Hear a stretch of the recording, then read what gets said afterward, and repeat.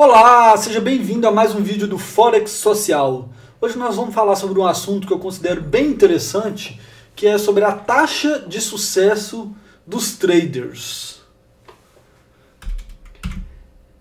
É muito comum a gente ouvir por aí, eu mesmo já falei esse dado em outros vídeos, que 95% dos traders perdem dinheiro. Ou ainda que 100% dos traders quebram sua primeira conta. Isso é verdade? É um mito? Hoje nós vamos discutir isso um pouquinho mais, tá? Eu vou trazer vários estudos com dados reais para poder comprovar isso ou derrubar esse mito. E no final tem algumas conclusões bem interessantes. Então, eu acho que vale a pena você assistir esse vídeo até o final, porque tem algumas conclusões que eu tenho certeza que vão te ajudar muito a desenvolver suas habilidades como trader. Então vamos lá. Primeiro, é interessante a gente definir alguns conceitos. Ou seja, a gente está falando aqui que os traders perdem dinheiro. É importante a gente separar. Quando a gente fala que os traders perdem dinheiro, o que a gente está falando? A gente está falando do trader profissional? A gente está falando de um trader de varejo, que no inglês é o retail trader, que é esse trader que opera através de corretoras, igual eu e você. Nós estamos falando de todos os traders, ao falar que 95% perde dinheiro. Então é importante ter essa diferença. É óbvio que o trader profissional tem uma taxa de sucesso maior do que um trader de varejo, até porque se o cara é trader profissional e ele não tem lucro, ele não tem profissão, né? Ele tem que arrumar outra coisa para fazer, senão ele não vai ter como pagar as contas dele. Então é importante a gente ter essa separação em mente. E dentro do varejo você tem traders profissionais também. Então não necessariamente um trader de varejo é o oposto do profissional. Você pode ter dentro do trader de varejo, que é alguém que está no retail, né, que a gente fala, alguém que tem lá uma conta de $40 mil, $50 mil e opera essa conta.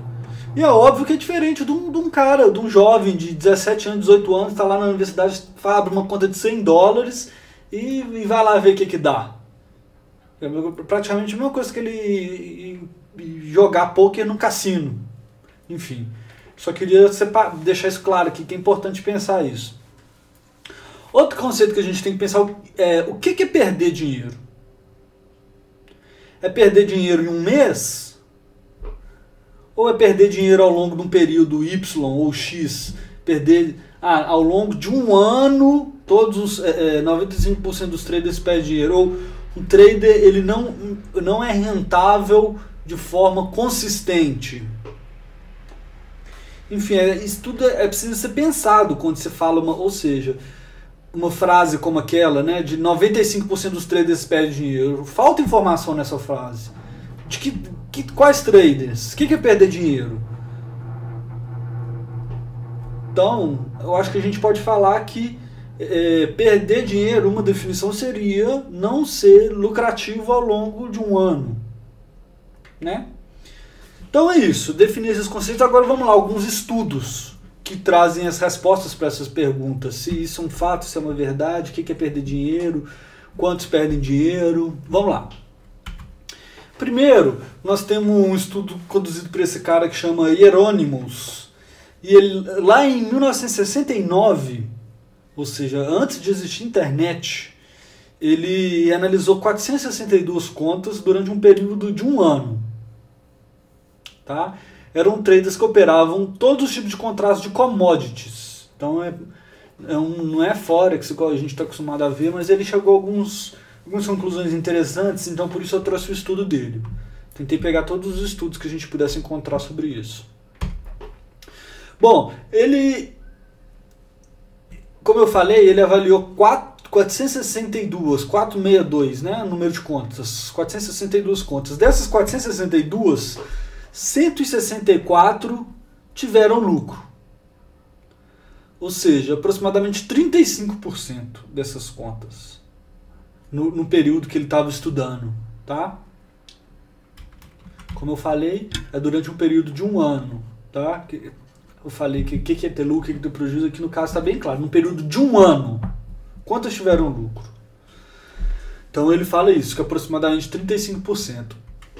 Só que ele aprofunda um pouco mais. O que ele percebeu? Ele percebeu que tinha muita gente que... Deixa eu voltar aqui para você não ler antes. Ele percebeu que tinha muito trader que entrava e perdia dinheiro, já quebrava a conta rápido, ou contas que faziam uma, duas operações e ficavam lá paradas. Então ele tentou dar uma segmentada em grupos diferentes. Basicamente 2 grupos.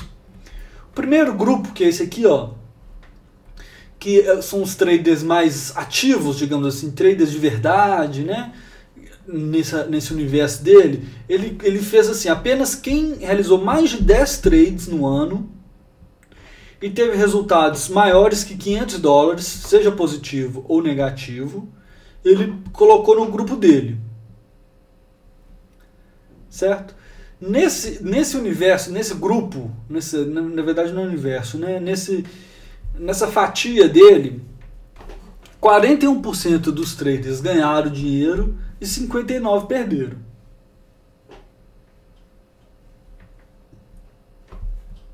E dos traders que não se encaixavam nesse grupo de trader habitual, ou seja, os traders que tiveram menos de 10 trades ou não ficaram, ficou no 0 a 0, teve poucos dólares de lucro, 92% deles perdeu. Tá? Então você podia pensar, não, teve muito aí que ficou no 0 a 0, tá ok. Não, 92% deles perdeu. Ou seja, 8% deles teve um lucrinho aí. O que a gente pode tirar de conclusão desse estudo? Então eu vou mostrar os estudos e mostrar alguma conclusão geral que pode servir pra gente. Nesse estudo, o que eu trouxe de conclusão geral? Que ele fala, 95% dos traders perdem logo no começo. Os que ficam, ou seja, os que não... que ele até usa uma expressão que queima os dedos, né? 95% entra, queima os dedos, perde, quebra a conta e sai. Desses 5% que permanecem ao longo de um ano, alguns ganham dinheiro, mas não a maioria. Vou voltar lá para a gente ver. No caso aqui, ele fala que 41% ganha dinheiro desses que ficam. Certo? Então, continuando. Próximo estudo. Aqui é um estudo conduzido pelo Ronald Johnson, que ele analisou 30 contas, pegou aleatoriamente de brokers para NSAA, que é uma agência regulatória de investimentos nos Estados Unidos. Ele fez esse estudo em 99. E também foi feito com traders de varejo, né, que é aquilo que eu falei, retail traders, que usam corretoras. Tá certo que o universo dele é um universo relativamente pequeno, 30 contas só, mas por ter sido uma amostragem aleatória, a gente pode considerar que tem uma certa validade, né? Então vamos lá, o que ele concluiu? O que ele chegou de resultado? Dessas 30, 12 contas tiveram lucro. Ou seja, 40%. 22 contas, ou seja, mais ou menos 3/4, apresentaram um risco de ruína de 100%. Risco de ruína é uma fórmula, que esse ruína é arruinar a conta, ou seja, quebrar a conta. Então, 22 contas, 3/4 dela apresentavam um risco de ruína de 100%. Isso é calculado a chance de alguém quebrar a conta. Por exemplo, esse risco de ruína, se você pega e coloca todo o seu dinheiro num cara ou coroa, se for cara você ganha, se for coroa você perde, você tem um risco de ruína de 50%. Mas isso com uma operação. Como as pessoas operam várias vezes, você vai aumentando esse risco de ruína. Então, ele percebeu que 3/4 das contas apresentavam um risco de ruína de 100%. E nesse universo de 30 tiveram 8 contas lucrativas. E elas também tinham um risco de ruína alto. Apenas 3 contas das 30 tinham um risco de ruína abaixo de 25%.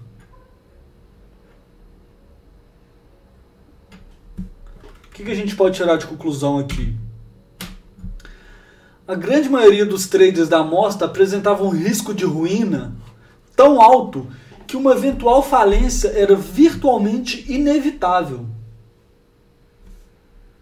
Então o que a gente pode já concluir aqui? Que muitos traders eles realmente perdem e até vão à falência da sua conta de trade porque eles estão operando de uma forma que inevitavelmente eles vão acabar quebrando, porque eles estão arriscando demais. E o mercado é implacável com quem arrisca demais. Eu já falei em todos os outros meus vídeos, desculpem, quase todos, né, muitos vídeos, que uma das principais preocupações de quem está operando é ser manter seu capital. E aqui nós estamos vendo isso com dados.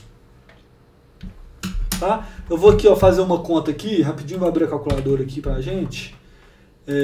Olha só. Aqui, ó.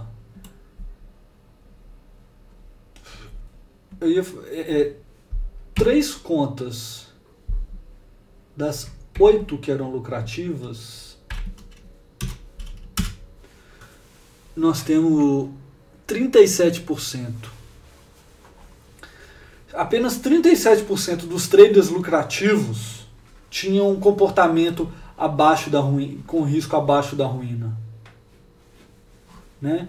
Ou ainda 1/4 dos traders, ou seja, aproximadamente 25% dos traders dessa amostragem dele apenas tinham um risco de ruína menos de 100%. Certo?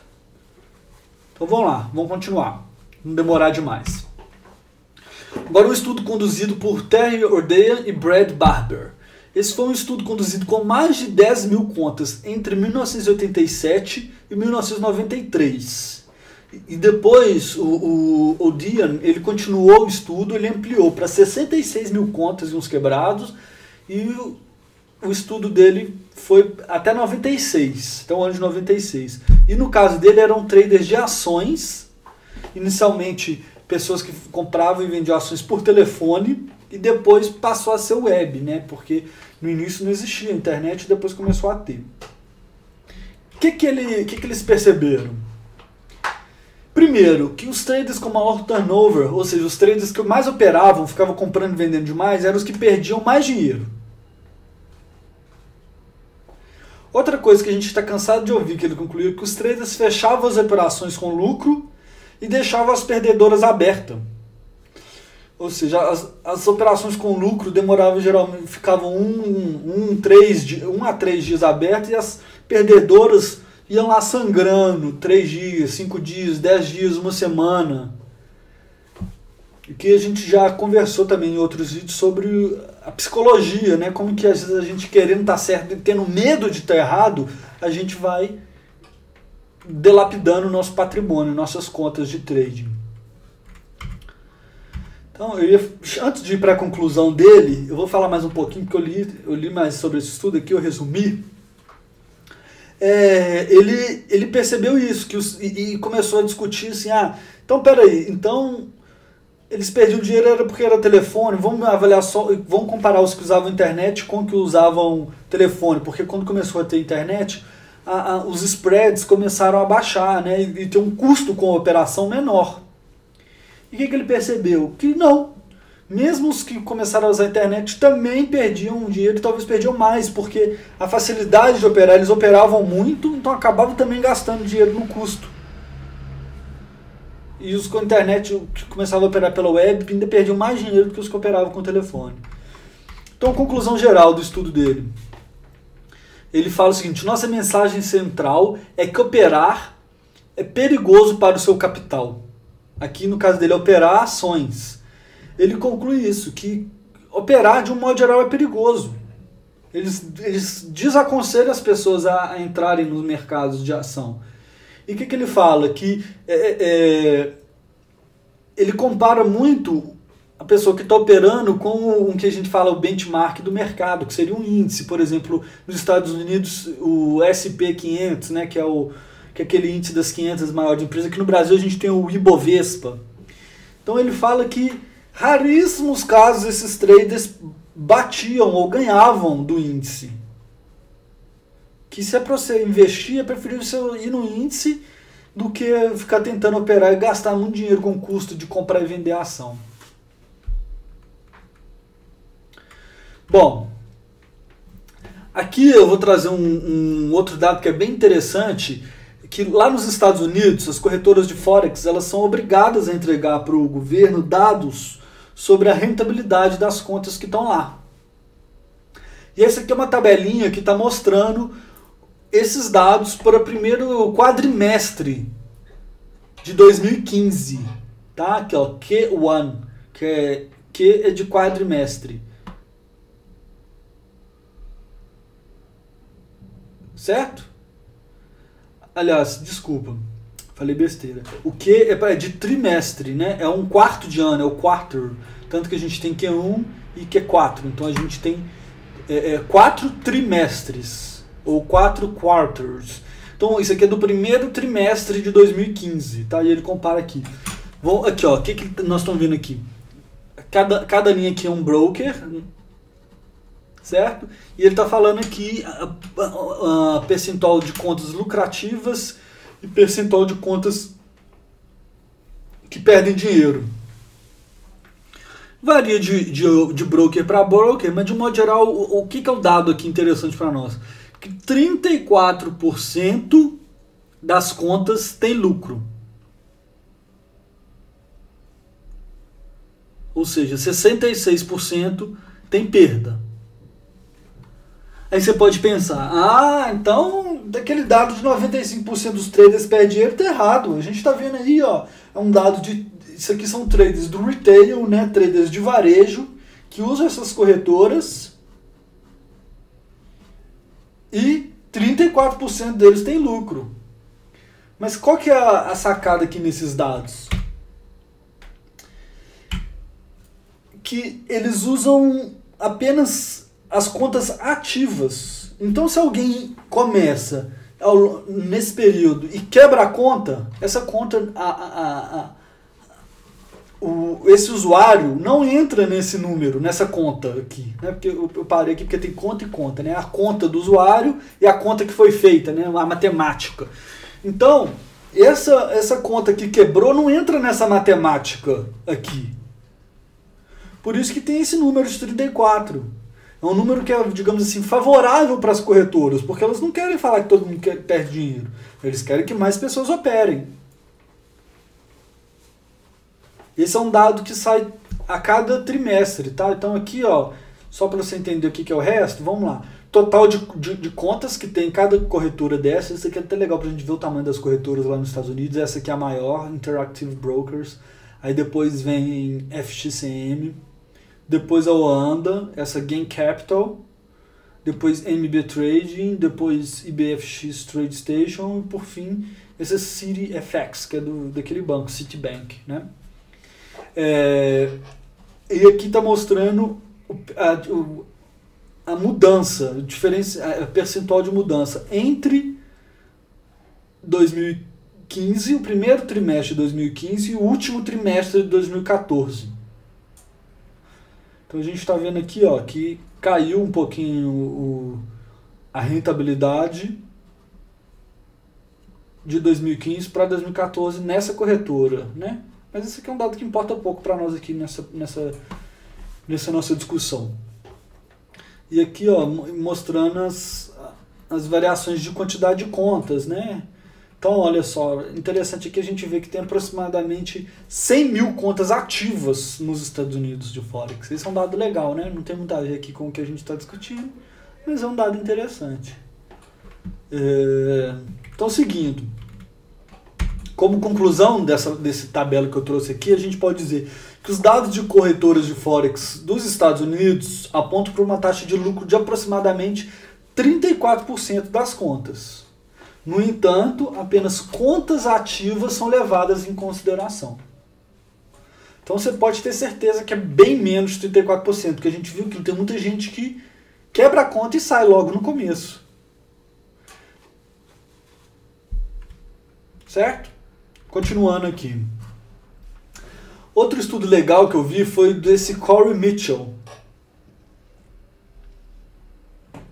Ele trabalhou durante... Ó, está escrito errado, desculpa. Ele trabalhou durante 2005 a 2010, que eu escrevi por 5 anos, né? Ficou errado aqui, mas enfim, não vou fazer a apresentação de novo só porque eu errei de português. Ele trabalhou de 2005 a 2010 em uma mesa de trading lá no Canadá. Como que funcionava essa mesa de trading? Qualquer um podia ir lá fazer o curso e ficar operando de lá com dinheiro da mesa. Não precisava, a pessoa não precisava nem de colocar dinheiro do próprio bolso. E depois que ele saiu de lá, ele continuou conversando com outros gerentes para poder juntar dados de sucesso das pessoas até 2005. Então, 2015, desculpa. Então, de 2005 a 2015, ou seja, por um período de 10 anos, ele ficou acompanhando os resultados das pessoas dessa mesa de trade dessa empresa que ele trabalhava, as pessoas que chegavam lá com zero de conhecimento, e também ficava conversando com outros gerentes de outras empresas para poder ver se a percepção deles era parecida com a dele. Apesar de ser uma percepção, eu achei bem interessante o artigo dele e acho que ele tem uma abordagem bem científica. Ele questiona alguns dados dele, ele sabe coisas sobre amostragem, enfim. Eu achei que ele tem uma visão bem científica, só que é um contexto bem específico. São essas pessoas nessa mesa de trading fazendo o que a gente chama de day trading, né, comprando e vendendo ações no mesmo dia. Tá? E o que ele percebeu? O que ele chegou à conclusão? Que a taxa de sucesso é realmente entre 4% e 5% das pessoas que chegam lá. Então a pessoa chegou, começou a fazer o curso, de 4% a 5% delas chegam algum dia a ter um sucesso, a ser lucrativa. Outra coisa que ele fala é que as pessoas que têm algum mentor, alguém ajudando, essa taxa pode subir para 10%. Certo? Uma coisa interessante aqui é falar o seguinte, que ele até comenta para a gente tomar cuidado com estatística, alguém pode chegar e falar assim, eu vou ser seu mentor, eu vou dobrar a sua chance de ter sucesso. Ele pode estar até falando verdade, só que ele não está te falando que dobrar a sua chance de ter sucesso é mudar a sua chance de ter sucesso de 4,5% para 9%. Ou de 5% de sua chance para 10%. Enfim, é bom a gente pensar essas coisas. Mas o que ele fala? Que as mulheres apresentam uma taxa de sucesso de 40%. Certo? Então, se você for tirar as mulheres desse grupo, a taxa de sucesso dos homens ainda é abaixo de 4,5%. Esse 4 e 5 é homens e mulheres. Se você tirar as mulheres, você vai ter uma taxa de sucesso ainda menor. Então é interessante, ele discute um pouquinho por que as mulheres apresentam uma taxa de sucesso maior. Um dos motivos que ele vê é que as mulheres elas chegam lá mais com uma mentalidade de assim, eu tô vindo nisso aqui para fazer dar certo. É um mercado muito dominado por homens, né? Então as mulheres que chegam lá, elas querem fazer dar certo. E muitos dos homens chegam, vou ver aqui se dá, se não der eu arrumo outra coisa. E outra coisa, outra razão para as mulheres terem mais sucesso na visão dele, é que as mulheres elas têm mais capacidade de aprender com os próprios erros, enquanto os homens são muito vaidosos, são muito não têm humildade para aprender com os próprios erros, acham que já sabe tudo. As mulheres têm mais humildade para ouvir, para poder ver outra pessoa que está fazendo certo para poder fazer igual. Enfim, essas são algumas possibilidades que ele especulou. Outra coisa interessante que ele percebeu é o seguinte, que tem um número que ele achou mágico, digamos assim, que eram 6 meses da pessoa trabalhando full time lá na mesa de trade, ou seja, trabalhando 8 horas por dia, tempo integral, para ela começar a ser lucrativa. Então, entre lá trabalhando, estudando e ficando lá vendo outras pessoas operando, a pessoa gastava no mínimo 6 meses para poder começar a ser lucrativa. No mínimo. Né? E então, tem muito trader aí que acha que vai ganhar dinheiro da noite para o dia, sem estudar, e os dados dele mostram claramente isso, que é preciso uma dedicação. Então, conclusões gerais aqui da nossa apresentação, para poder encerrar, que já está ficando muito grande. Então, não só desse último estudo do Mitchell, mas conclusão geral. Primeiro, que a prática não leva à perfeição. O que eu estou querendo dizer? Que é preciso aprender com seus próprios erros. Você pode ficar 10 anos praticando e perdendo dinheiro. Você tem que aprender com seus erros.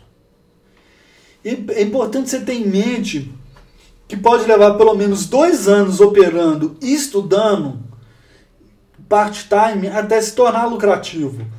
O que eu estou chamando de part-time aqui? É se você não opera em tempo integral, você não fica 8 horas por dia lá com a bunda na cadeira, operando, estudando, que provavelmente você não vai poder se você está começando.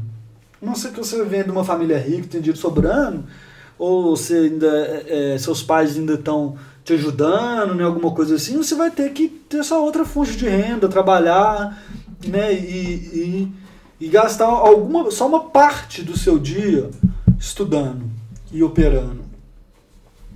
Então, tenha em mente o seguinte, pode levar 2 anos ou mais para você começar a se tornar lucrativo.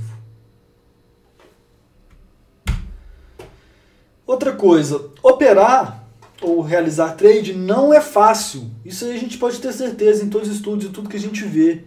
E você tem que pensar o seguinte, que você não quebrar a sua conta no primeiro ano já faz você estar muito acima da média.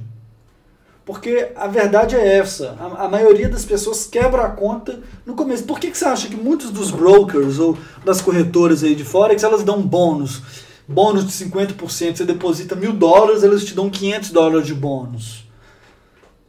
É porque eles têm certeza absoluta que mais de 50% das pessoas vão perder o dinheiro e o bônus. Senão eles não estavam fazendo isso. Isso é uma certeza que a gente pode ter. Tá?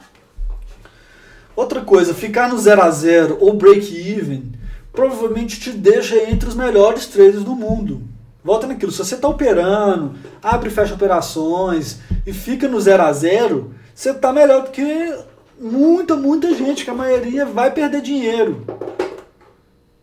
Então break-even já é entre os melhores traders do mundo. É difícil, eu sei que é duro. Você pensa, não, eu vou ficar operando para ficar no 0 a 0? Mas a realidade é essa. Não é fácil. Outra coisa é que ter um resultado igual o benchmarking. O que é o benchmarking? É, igual eu falei, é o Ibovespa, é o S&P, é o Dow Jones 30, né? Essas que às vezes vai lá 10% ao ano. Vamos colocar, ter um resultado de 10% ao ano já é difícil. Não é fácil, porque você vai ter esse resultado do benchmark comprando e vendendo, você vai ter custos de operação incidindo em cima das suas operações. Então, não adianta achar, eu sou inteligente, eu vou conseguir. Nós estamos falando de pouquíssima gente no mundo que consegue estar acima disso. Não porque eles são necessariamente mais inteligentes, provavelmente porque são mais disciplinados, porque tem uma estratégia bacana, ou até porque deu sorte. Num ano ele consegue estar acima dos 10% ao ano, no outro não. Operar não é fácil. Se você está chegando aqui achando que é uma forma de ganhar dinheiro fácil, ou que em 3 meses ou com uma operação você vai conseguir dobrar seu capital, você está equivocado. Você pode conseguir dobrar. Ok, uma vez você consegue fazer isso, mas depois se você continuar tentando, você vai quebrar sua conta. Certo? Por fim, último slide de conclusão, a gente pode dizer que é preciso chegar no mercado com a mentalidade correta. Você chegar com a mentalidade, vou tentar ver o que dá, é a receita perfeita para você fracassar. E é ruim, porque muitas vezes a pessoa chega, vou ver o que dá, e vai lá, perde aquele investimento inicial ali, mesmo que seja $200, $300, o que é relativamente pouco, se você for pensar em investimento, mas a pessoa fica com trauma e nunca mais vai querer investir. Então, se você for querer entrar, não chega, vou ver o que vai dar. Você tem que entrar estudando, tomando conta do seu capital, tá? Outra coisa, trading é uma profissão e muitas vezes é chata. As pessoas pensam, não, vou aqui aprender a operar, vou pra praia, ficar lá tomando minhas margaritas de meu óculos de sol, com o pé na areia e vou ganhar dinheiro assim. Não é uma realidade, é uma profissão, você precisa se dedicar. É verdade que você pode, no futuro, conseguir com 2, 3 horas de operação, todo dia, ter o seu ganha-pão. Mas para isso você vai ter que precisar de ter uma conta grande e ter uma dedicação naquele tempo ali. Você não vai estar na praia ali operando ao mesmo tempo. E por fim, você tem que saber que o day trading é um jogo de soma negativa. O que quer dizer isso? Existe uma expressão que é jogo de soma zero. O que é um jogo de soma zero?